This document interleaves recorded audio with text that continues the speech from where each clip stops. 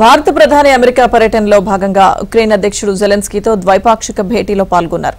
జెలెన్స్కీతో భేటీ అయినట్లు ప్రధాని మోదీ ఎక్స్ వేదికగా తెలిపారు. ఆ దేశంలో శాంతి స్థాపన అమలుకు భారత్ కట్టుబడి ఉందన్నారు.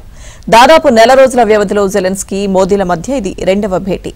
శాశ్వతమైన శాంతియుతమైన పరిష్కారాన్ని సులభతరం చేయడానికి అన్ని మార్గాల్లో భారత్ సిద్ధంగా ఉందన్నారు.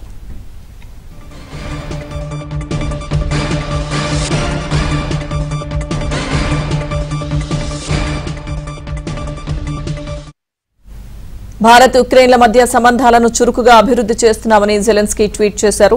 వివిధ రంగాల్లో సహకారాన్ని బలోపేతం చేయడానికి కలిసి పనిచేస్తున్నామన్నారు. అంతర్జాతీయ ప్లాట్ఫామ్లపై ముఖ్యంగా యుఎన్ G20 సదస్సులలో శాంతి సూత్రాన్ని అమలు చేయడం, రెండవ శాంతి శిఖరాగ్ర సమావేశం వంటి పలు అంశాలపై చర్చించామన్నారు.